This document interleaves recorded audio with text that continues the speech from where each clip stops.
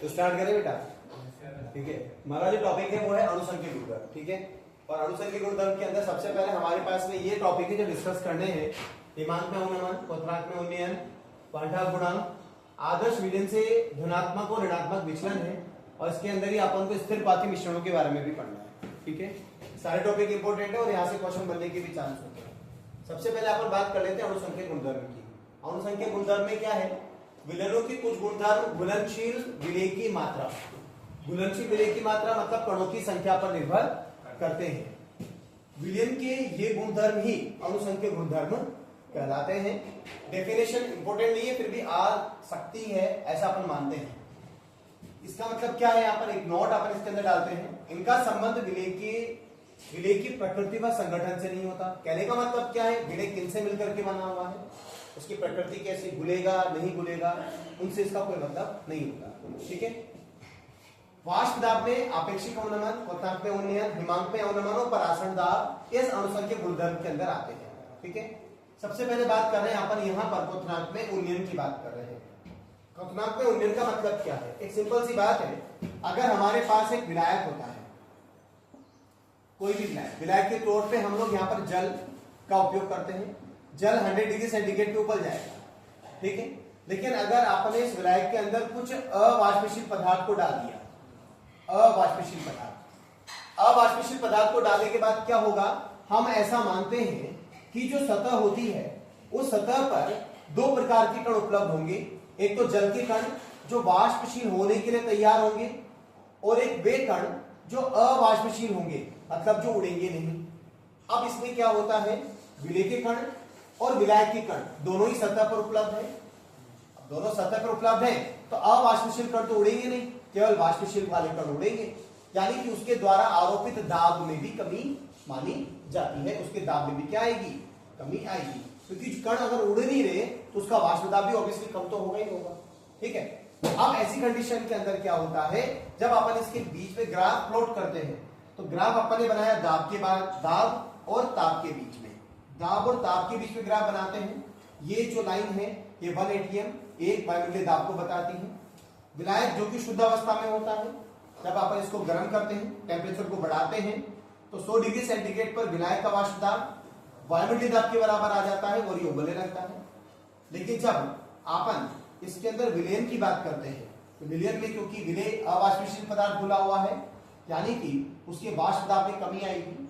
वाष्प दाब में कमी आएगी, इसका मतलब वायुमंडलीय दाब पर पहुंचने में उसको ज्यादा तापमान की आवश्यकता होती है, और ज्यादा तापमान की जो आवश्यकता होती है इसी को ही यहाँ पर क्वथनांक में उन्नयन के नाम से जाना जाता है। तो देखिएगा एक बार, किसी द्रव का क्वथनांक वह ताप है जिस पर द्रव का वाष्प दाब वायुमंडलीय दाब के बराबर हो जाता है। विलयन का क्वथनांक हमेशा विलायक के क्वथनांक से ज्यादा आएगा। ध्यान रखिएगा, जो विलयन का क्वथनांक होता है हमेशा विलायक के क्वथनांक से ज्यादा आता है, क्योंकि उसके अंदर अवाष्पशील पदार्थ घुला हुआ पाया जाता है। आगे इसके डेरिवेशन पार्ट की बात करते हैं। किसी अवाष्पशील पदार्थ को किसी विलायक में घोलने पर क्वथनांक में जो वृद्धि होती है उसे क्वथनांक का उन्नयन डेल्टा टीबी अपन उसको बोलते हैं। ये मात्रा मतलब इनके जो प्रेजेंटेशन करने का जो तरीका है इनको ध्यान में रखना जरूरी है ना, क्योंकि इससे कई बार क्या होता है, न्यूमेरिकल प्रॉब्लम होती है। न्यूमेरिकल में हमें ये पता नहीं चलता कि डेल्टा टीबी किसको बोलते हैं, टीबी नोट किसको बोला गया है, तो छोटे छोटे टर्म ध्यान में रखने वाले होते हैं। तो क्वथनांक का उन्नयन डेल्टा टीबी अपन इसको कहते हैं। डेरिवेशन पार्ट है छोटा सा। विलयन का क्वथनांक इसको टीबी बोला, विलायक का क्वथनांक इसको बोला टीबी नोट। अब यहाँ पर क्या है? डेल्टा टीबी क्या बताने वाला है?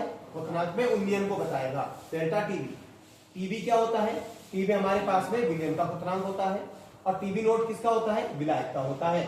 तो विलयन का क्वथनांक ज्यादा आएगा किससे? विलायक के क्वथनांक से। ठीक है, चित्र हमें क्या बता रहा है? ये डायग्राम हमें बता रहा है डेल्टा टीबी जो होता है वो डायरेक्टली प्रोपोर्शनल टू होता है डेल्टा टीबी के। वाष्प दाब के हमारे पास विलयन का जो क्वथनांक होता है, क्वथनांक में उन्नयन समानुपाती माना जाता है। राउल्ट के नियम से क्या बोलेंगे? वाष्प दाब अवनमन विलय की मोल भिन्न के समानुपाती होता है। वाष्प दाब अवनमन विलय की मोल भिन्न के क्या होता है?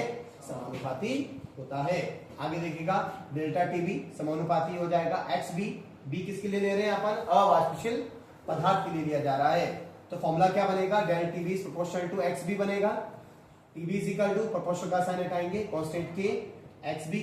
मोल भिन्न निकालने का तरीका हम लोगों ने पढ़ा हुआ है। यहां पर अगर बी के लिए निकालेंगे तो उसका दिया गया भार बटा अनुभार, ठीक है। ऐसे अपन ए के लिए निकाल सकते हैं और ऐसे बी के लिए। ए को हम लोगों ने यहाँ पर क्या माना है, विलायक माना है, बड़ी मात्रा, और जबकि छोटी मात्रा के लिए बी वाले शब्द का प्रयोग यहाँ पर किया जा रहा है विलेख का। उसके बाद हम मानते हैं delta TB is equal to K W B by M B. इस फॉर्मूले में वैल्यू पुट करनी है हम लोगों को, और यहाँ पर ये वैल्यू आ गई है। तो न्यूविलियन के लिए W B upon M B का जो वैल्यू होता है बहुत कम होता है, क्योंकि ये अवाष्पशील पदार्थ होता है, ठीक है, इसलिए नगण्य होता है, ना के बराबर इसको एक मान लिया जाता है। तो वैल्यू हमारे पास आती है डब्ल्यू अपॉन एम बी। जब इस वैल्यू को यहाँ पे रखते हैं तो वैल्यू ये रहेगी, ये तो नगण्य हो गई वैल्यू हमारे पास में। तो हमारे पास फॉर्मूला बनेगा finally delta TB is equal to K W B upon M B multiply by N A upon W A. विलायक ए का मोलर द्रव्यमान फिक्स होता है, एम ए स्थिर है, अतः के एम ए के स्थान पर हम एक नया स्थिरांक के ले सकते हैं, या के बी भी लिया जा सकता है। तो फॉर्मूला हमारा आएगा delta TB is equal to K B W B upon M B into W A. ये फॉर्मूला होगा। जब इसके अंदर मोललता को ऐड करेंगे तो मोललता के लिए फॉर्मूला फिर ये वाला आएगा, ठीक है। नोट डाउन कर दो फटाफट से।